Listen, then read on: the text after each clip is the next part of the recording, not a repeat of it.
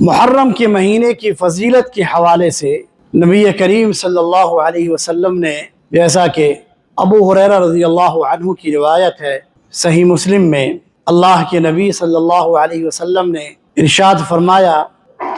افضل الصیام بعد رمضان شہر اللہ المحرم، کہ رمضان کے بعد پورے سال میں